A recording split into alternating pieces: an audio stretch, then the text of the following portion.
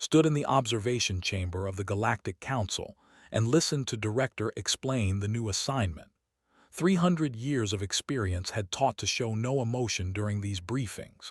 The blue skin of space remained smooth and calm. The four eyes that covered space did not blink. The hands that could manipulate matter with precision held perfectly still at sides. This was how observers worked. They did not feel. They did not judge. They only watched and recorded and sent data back to the Council for analysis. Had observed 97 different species across the galaxy. Most were now dead. Some had been destroyed by their own weapons. Some had been contained by the Council. Some had simply faded away into extinction. Had documented all of it with the same cold distance. Director's voice cut through the silence of the chamber. The council leader had a shape like a crab made of crystal. Light passed through his body in ways that made other species uncomfortable, but had learned to ignore these details long ago. "We have a new assignment for you," said. "A species has recently entered galactic society. They call themselves humans. They originate from a planet called Earth in the outer sectors. 40 years ago, they launched their first faster-than-light vessel. Now they have built 3 colony worlds and are beginning to cause problems." Waited. This was the part where the council would explain why they needed an observer. The assignment would be dangerous or difficult or both, but had survived 97 assignments, would survive this one too. "The humans are currently engaged in a war with another human faction," continued. "The Council wants to understand them better before we decide how to control them. We want you to observe their military conflict. We want data on their tactics, their technology, their weaknesses, and their strengths. Most importantly, we want to know if they are a threat to galactic stability." Considered this information. The Council feared humans, could tell from the way had phrased the assignment. The Council never feared species they considered primitive or insignificant, but if the Council feared humans, that meant humans had done something to earn that fear. "I will go," said. "When do I depart?" "Immediately," said. "A transport ship is prepared for you. You will travel to Earth and establish an observation post with the larger human military faction. You will remain there for no less than 1 rotation of the planet. You will record everything. You will send weekly reports back to this office. And most importantly, you will remain objective. Your personal feelings cannot influence your analysis." Had heard these instructions before. Every observer received them at the start of every mission, but had never failed to maintain objectivity. That was why was the best observer in the entire Galactic Council. That was why had survived when other observers had gone mad or had become too attached to the species they observed. The transport ship left the Council station within hours, watched Earth grow larger on the view screens as the ship descended toward the atmosphere. The planet was covered in blue oceans and brown land masses. Clouds swirled around it like thoughts in a sleeping mind. It was beautiful in a way that surprised. Most planets were not beautiful. Most planets were just rocks and water. But Earth was different. Even from orbit, could sense something unusual about the world below. Something that made 4 eyes focus more carefully than they usually did. The transport ship landed at a military installation in the northern part of the largest continent. Humans emerged from the buildings to greet the ship. They were tall and soft and covered in skin instead of proper armor. They had only 2 eyes. They had hair growing from the tops of their heads and sometimes from their faces. They were fragile-looking, had seen stronger things on colony worlds grown as food sources. But they were not afraid. That was the first thing that struck about humans. In all 97 species had observed, almost everyone showed some sign of fear when encountering even the species with superior technology and greater strength showed fear. It was natural. Were old. Were powerful. Had seen civilizations rise and fall like waves on an ocean. But these humans did not look afraid. They looked curious. A human approached with his hand extended forward. In human greeting customs, this meant they wanted to establish peace. The human was tall even by human standards. He had a strong face and eyes that held intelligence. This was a leader. New leaders had seen leaders of many species, and this human had the bearing of a leader. "I am Captain Robert Hayes," the human said. His voice was lower than human voices usually were. He spoke with confidence but without arrogance. "I command the Northern Alliance forces. The Council said you would be arriving today. You're welcome to observe any part of our military operations. I will give you access to everything you need." Recorded the image of Captain Hayes in the data storage of memory implants. Later, would analyze every detail of this human's face and voice and movement. Later, would create a profile. But now, simply nodded and accepted the greeting. "I will observe," said. "I will not interfere, I will not participate, I will only record and analyze." "I understand," Hayes said. "We know you are here for the Council. We know you want to see if we are a threat. I want to help you see what we really are." This statement was unusual. Most species that had observed tried to hide their true nature from observers. They tried to appear stronger or more advanced or more unified than they actually were. But Hayes seemed to want to see the reality of human nature. Hayes seemed to want to understand what it meant to be human. Followed Hayes to the command center of the military installation. Maps covered the walls. They showed the positions of Northern Alliance forces and Southern Coalition forces across the continent. They showed supply lines and defensive positions. They showed where the war was going and where it had been. "The war has been going for 15 years, Hayes said. "In that time, we have lost 500,000 soldiers. The Southern Coalition has lost even more. Most of those deaths were not necessary. They happened because both sides were proud and stubborn and convinced they were right." "And now," asked.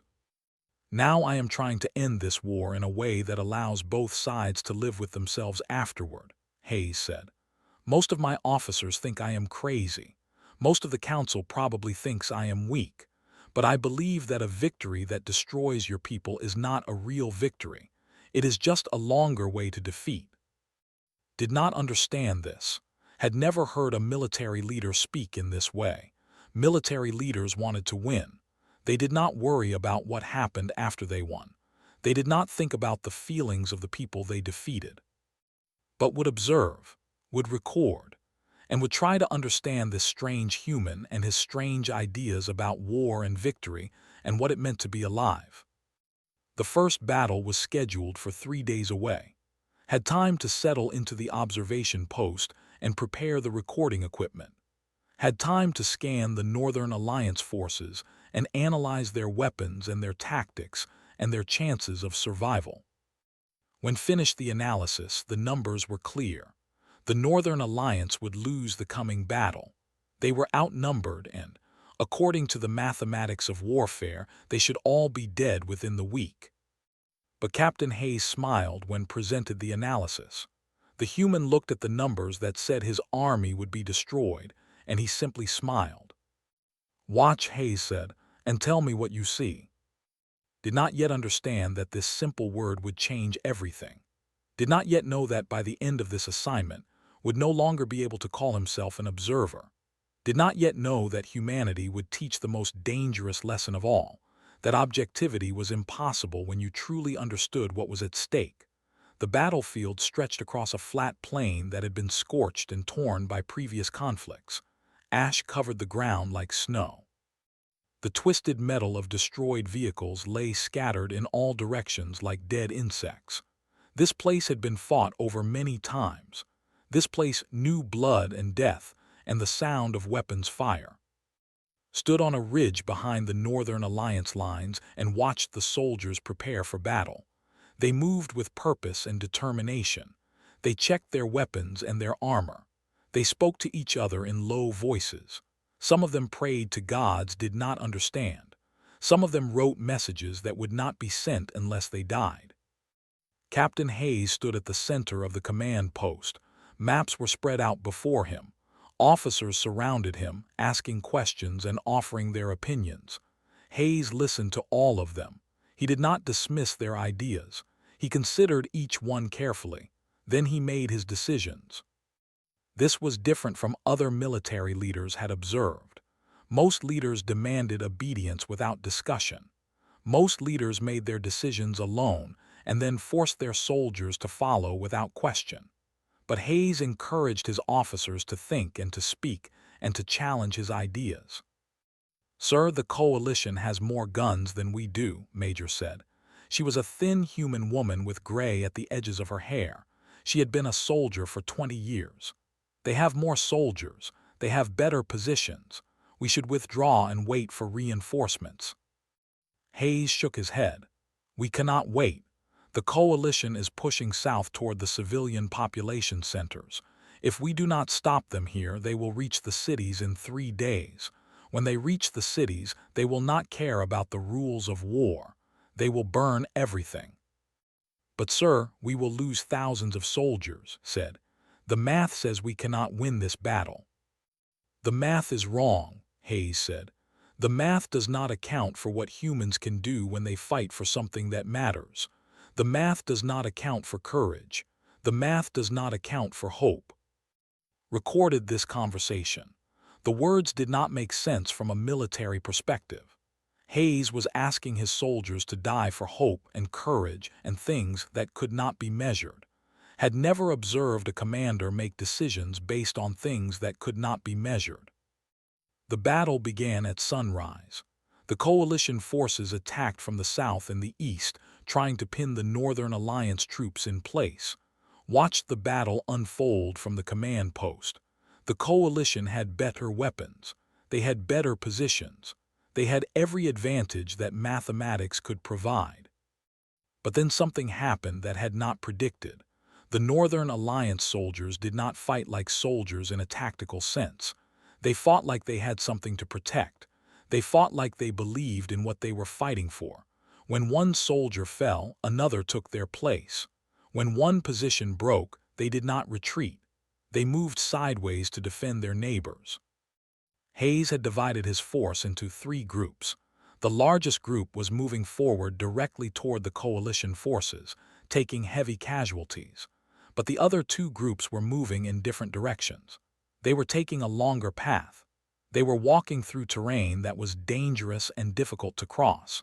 Calculated that these 2 groups would lose soldiers just from accidents and exhaustion. "Why do you sacrifice those soldiers?" asked Hayes. "They could be fighting where they would have a chance to survive." "Because they are not sacrifices," Hayes said, still watching the battle.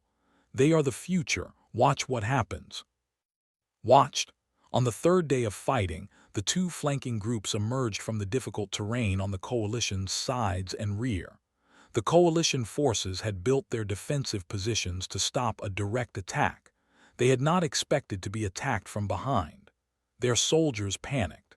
Their defensive lines collapsed. What should have been a coalition victory became a coalition defeat in less than an hour. When the battle was over, ran the numbers again. The Northern Alliance had lost 43% of the soldiers engaged in the battle. The coalition had lost 60%. By every measure of warfare, Hayes had achieved something that should have been impossible. "How did you know that would work?" asked. "I did not know," Hayes said. He was looking at the list of casualties. His face was showing something had not seen before. Searched the database of human emotions and found the word: grief. Hayes was experiencing grief for the soldiers who had died fighting for his plan. "I did not know it would work," Hayes repeated. "I hoped it would work. I believed the coalition commander would not expect it. I trusted my soldiers to do what they had to do even if the path was hard. And I was willing to accept the losses if it meant we saved more lives in the end." Over the next 10 weeks, observed 27 more battles. Hayes won almost all of them. When Hayes lost a battle, he came back stronger. When Hayes won, he did not pursue the defeated enemy into their cities. He gave them space to retreat. He allowed them time to regroup. He fought in a way that seemed designed not just to win battles, but to win the war without destroying the people on the other side. Began to understand that Hayes was not just a good commander. Hayes was something else entirely. Hayes was a leader who understood that the goal of war was not to win battles.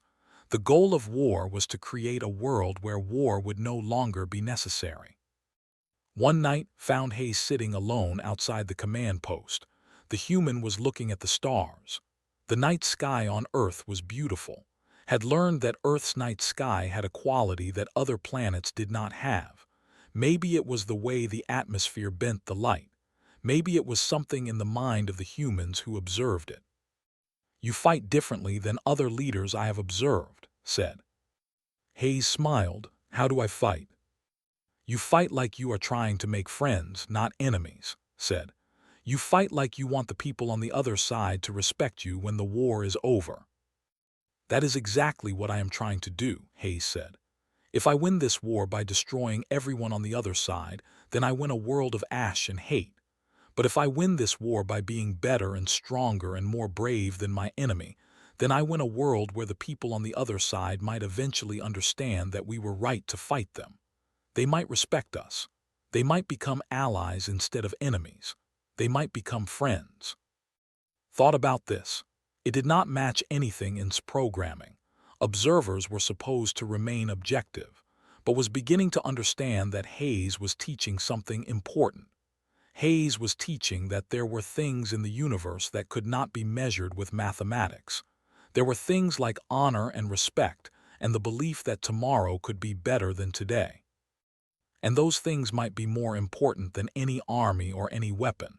The coalition forces made a desperate decision. They had lost too many battles. They had lost too much territory. They knew that if the war continued at this rate, they would lose everything within 3 months. So they decided to risk everything on one massive attack. They gathered 30,000 soldiers in the valley that led to their capital city. They built defensive positions that should have been impossible to break through. The valley was narrow on both sides. High cliffs rose up from the ground like the walls of a fortress. The coalition commander, General David Martinez, had chosen this place because it was the only place where his larger army could not use its numbers as an advantage. In the valley, the Northern Alliance would have to attack uphill into a narrow corridor of fire. Every soldier would be exposed. Every soldier would be in range of coalition weapons. The mathematics of the battle were absolute. The Northern Alliance would lose 70 to 80% of their soldiers in the assault. Hayes stood in the command post and looked at the reports. His officers were all saying the same thing. They needed to retreat and wait for supplies. They needed to go around the valley. They needed to give the coalition time to weaken itself by defending such a long line. "We cannot wait," Hayes said. "The coalition military leaders know we cannot wait. That is why they chose this place. They are counting on us to be reasonable. They are counting on us to choose the safe option. If we do that, they win. Not in battle. They win in will. They win by making us believe that the future belongs to them instead of to us." Major looked at the casualty projections. "Sir, you are talking about sending thousands of young men and women to their deaths for no tactical advantage." "We are not going to their deaths," Hayes said. "We are going through. There is a difference." Could not remain silent. For the first time in 300 years, spoke to a military commander as more than just an observer. Said, "You will lose most of your army. The casualty projections are so high that your force will not recover for years. This is not military strategy. This is suicide." Hayes looked at with his human eyes. Those eyes had become familiar over the past 10 weeks, had memorized the exact shade of brown, had learned to read the emotions that played across the human's face. "Do you know why the Council sent you to observe us?" Hayes asked. "To determine if humans are a threat," said. "No," Hayes said. "The Council sent you because they are afraid of us. They do not understand how we think. They do not understand why we fight when the numbers say we should surrender. They do not understand that some things are more important than winning. Some things are more important than survival. Some things are more important than the cold mathematics that says we should all be dead." Hayes turned to his officers. "We advance tomorrow at dawn. Everyone knows the risks. Everyone knows the casualties will be horrible, but we advance because something in this world is worth dying for. That is what humans have that the Council does not expect. That is what makes us dangerous and terrifying to them. The next morning stood on the ridge and watched 20,000 human soldiers walk into a valley that should have been their grave. The coalition guns opened fire. The shells fell like rain. Humans died so fast that could not track all the deaths, recorded the data, ran the calculations, tried to remain objective, but could not remain objective. The soldiers advanced. Some of them were screaming with rage and fear. Some of them were silent and focused. Some of them were helping their wounded friends forward. The coalition guns kept firing. The artillery shells kept falling. The casualties kept climbing. One soldier, a young woman named Corinne Drake, had her leg shattered by a shell fragment. She could not walk. Most soldiers would have stayed behind. Most soldiers would have accepted that their part of the battle was over. But Drake pulled herself forward using her hands and her other leg. Other soldiers helped her. They carried her weight. They moved together through the rain of fire. Was recording all of it. Was analyzing all of it. Was trying to understand why humans would do this. On the second day, something changed. The coalition ammunition began to run low. The gun crews could not fire as fast as before. The rate of fire dropped from one shell every 10 seconds to one shell every 30 seconds. The humans were advancing slower.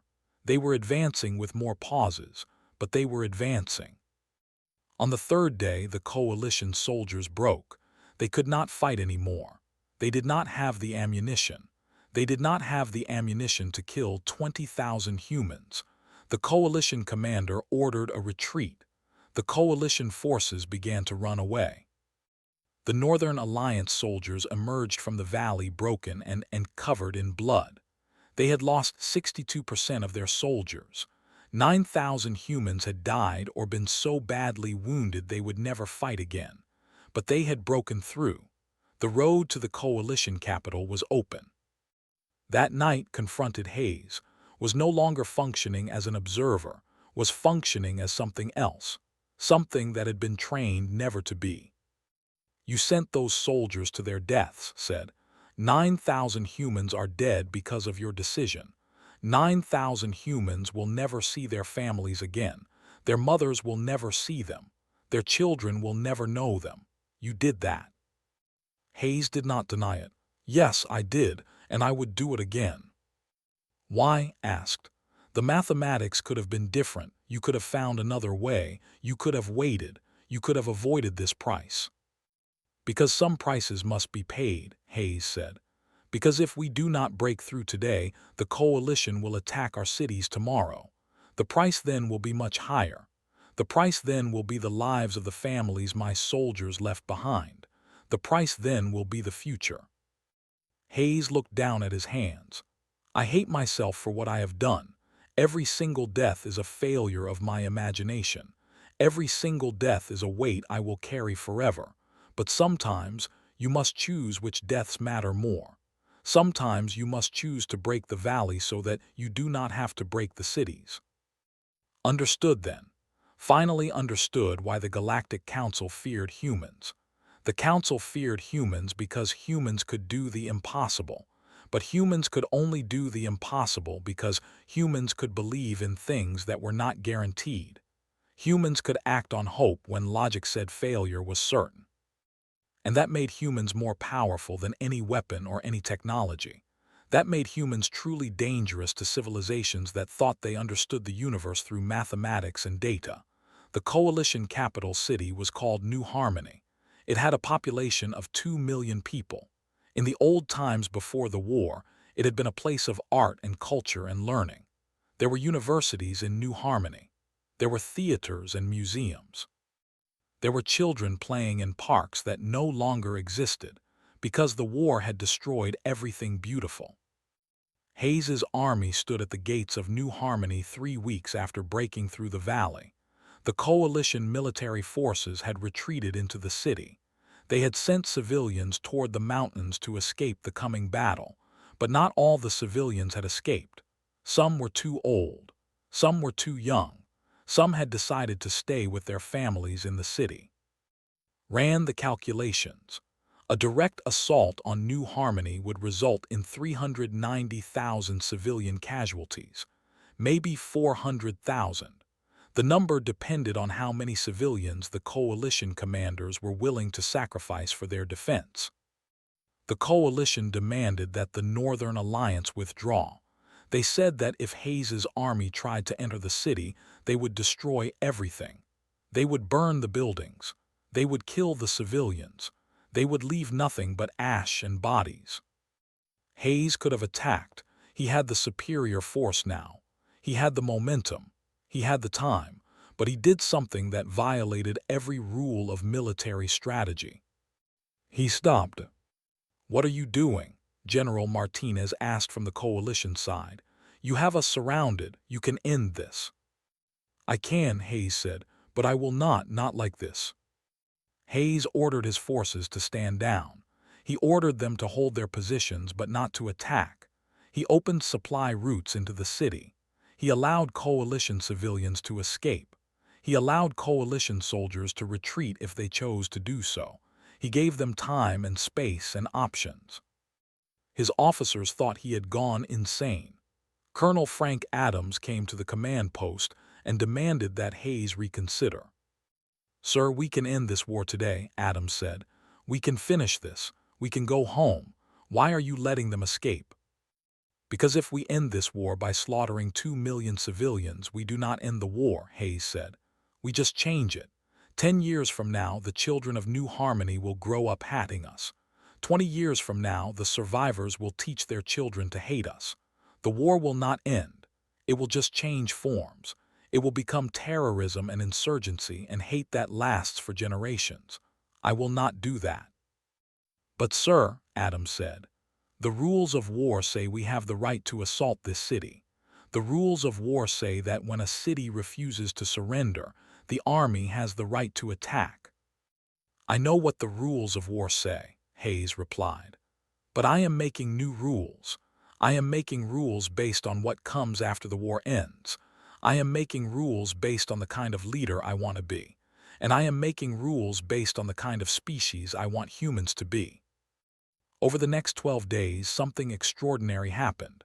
The coalition leadership gradually realized that Hayes was giving them an option. They could fight and lose everything, or they could surrender and keep their lives. Slowly, the coalition soldiers laid down their weapons. Slowly, the coalition officers came to the gates with white flags in their hands. There was no final assault. There was no massive death toll. There was no destruction of the most beautiful city on the continent. There was just the slow surrender of an army that had finally understood that it had lost, not because its soldiers were not brave, but because its cause was not just.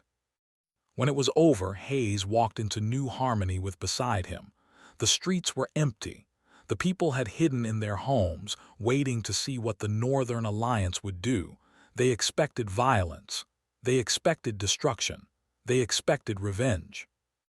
But Hayes ordered his soldiers to help clear the streets of debris. He ordered them to help repair the damage caused by the weeks of fighting outside the walls. He ordered them to treat the coalition soldiers with respect and dignity. They fought for what they believed in, Hayes told his troops. They fought hard and they fought with courage. That means something. That means that even though we defeated them, we can respect them. Followed Hayes through the city. Humans emerged from their homes. They looked at the Northern Alliance soldiers with fear and confusion. But as days passed, the fear began to transform into something else. The people began to understand that the Northern Alliance was not going to punish them. The Northern Alliance was going to help them rebuild. One old woman approached Hayes on a street in the center of the city. She had gray hair and a lined face that showed the exhaustion of the long war. "Why are you helping us?" she asked. "We were your enemies. We killed your soldiers. Why do you not make us pay?" Hayes did not answer immediately. He looked at the city around him. He looked at the damaged buildings and the frightened people. He looked at the cost of a war that did not need to have cost so much. Because revenge is not victory, Hayes said. Because punishment is not leadership. Because the war ended the moment you decided to surrender. Everything after that is something new. Everything after that is the choice to build something better than what came before. The old woman cried. Others who had heard Hayes speak also cried. They cried because they had expected punishment and instead found mercy. They cried because they had prepared themselves for defeat and instead found respect. Was recording all of this, was analyzing all of this, but was no longer able to remain objective, was beginning to understand that objectivity was a luxury that could no longer afford. Because what was witnessing was not just a military victory. What was witnessing was the emergence of a new kind of leader. A leader who understood that the purpose of winning was not to dominate others, but to create a world where others would want to follow you. Hayes had defeated an army, but more than that, Hayes had defeated the idea that defeat meant the end of everything. Hayes had shown that even in losing, a people could maintain their dignity. Even in surrendering, a people could be respected. And that was something the Galactic Council had never accounted for. That was something that mathematics could not measure. That was something that made humans truly dangerous to any system that tried to control them through force and fear. Because humans could not be conquered as long as they had leaders who believed in the future. And Hayes believed in the future. Hayes believed in it so strongly that he could sacrifice everything and lose nothing that mattered, had to return to the Galactic Council. The transport ship arrived at the observation post 3 months after Hayes had entered the city of New Harmony. The war was over. The coalition forces had surrendered. The cities were being rebuilt. The dead were being buried. The people were beginning to heal. But was not healed. Had spent 97 years observing civilizations and had always been able to leave those civilizations behind without feeling anything. Had documented the rise and fall of empires. Had watched species destroy themselves. Had recorded it all with the same cold distance. But could not leave Earth with that same distance. Before departed, went to see Hayes one last time. The human was in the newly rebuilt administration building of the coalition capital. He was meeting with coalition leaders and Northern Alliance commanders and civilian representatives. He was helping to plan how 2 broken nations would become one unified nation. "You are leaving," Hayes said. It was not a question. "Yes," said. "I must return to the Galactic Council. I must deliver my report." "And what will you tell them?" Hayes asked.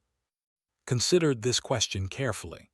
Had spent 300 years giving the Galactic Council reports that were objective and neutral and devoid of personal emotion, but could not do that with this report. Could not be objective about what had witnessed on Earth. "I will tell them that humans are not the threat they believe you are," said. "I will tell them that humans are not a species that can be controlled through force and fear. I will tell them that humans are a species that must be understood and respected. I will tell them that you are unique in all the galaxy. I will tell them that you should be very careful about how you treat humanity in the future." Hayes smiled. "Because we will rebel." "No," said. "Because you will succeed. You will succeed in ways that challenge everything the Council believes about power and civilization and the nature of intelligence. You will force the Council to reconsider its entire philosophy, and the Council does not like to reconsider its philosophy." The transport ship left Earth orbit 3 days later, sat in the observation chamber and watched the planet disappear behind the ship, was trying to process the emotions that had experienced during the 3 months on Earth. This was difficult. We're not supposed to experience emotions. We're supposed to be above emotions, but had learned from humans that emotions were not weakness. Emotions were information. Emotions were data that mathematics could not capture. Had felt pride when Hayes's soldiers charged through the valley knowing they would die.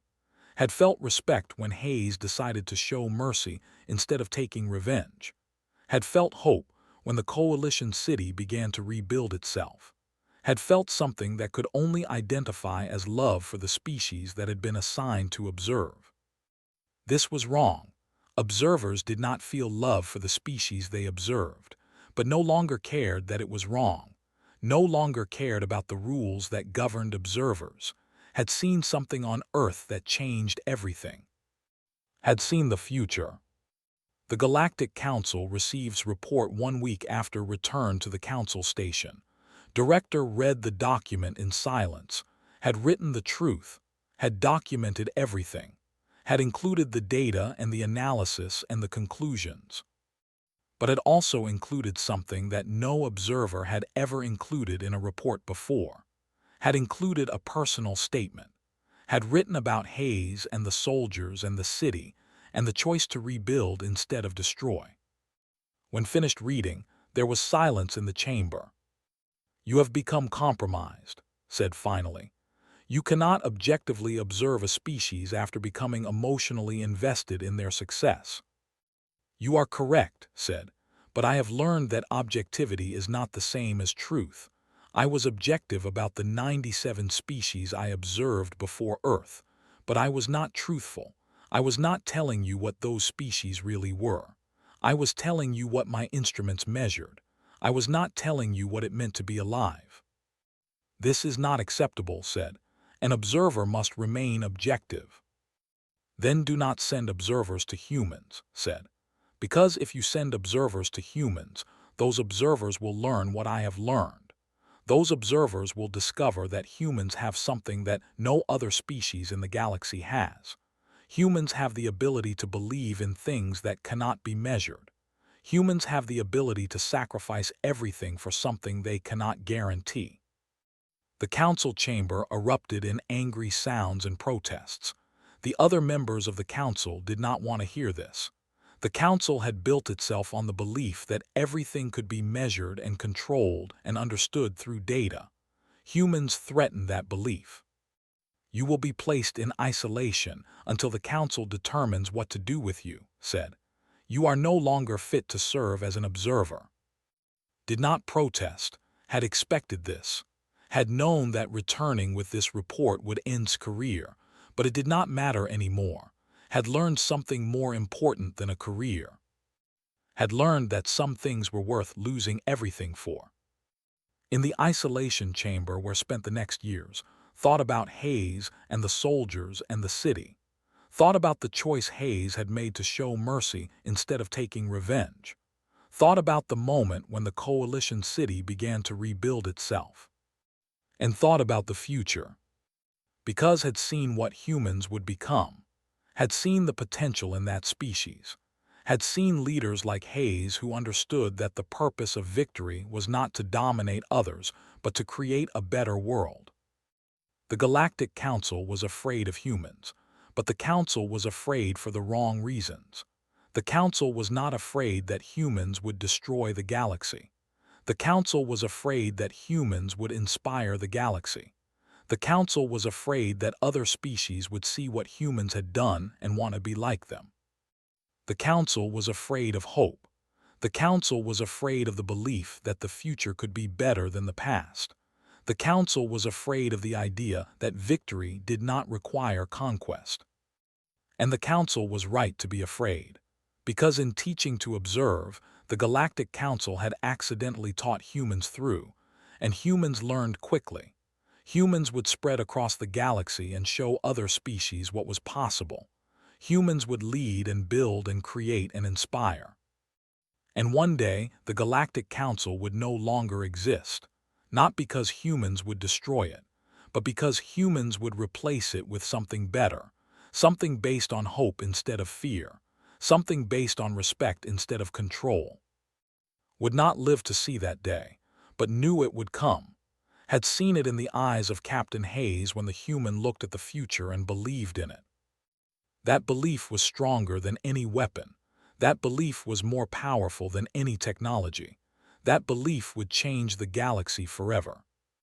And was glad that had gone to Earth, was glad that had learned to feel emotion, was glad that had learned to hope. Because hope was the most powerful force in the universe, and humans had discovered it long before the Galactic Council had learned its name.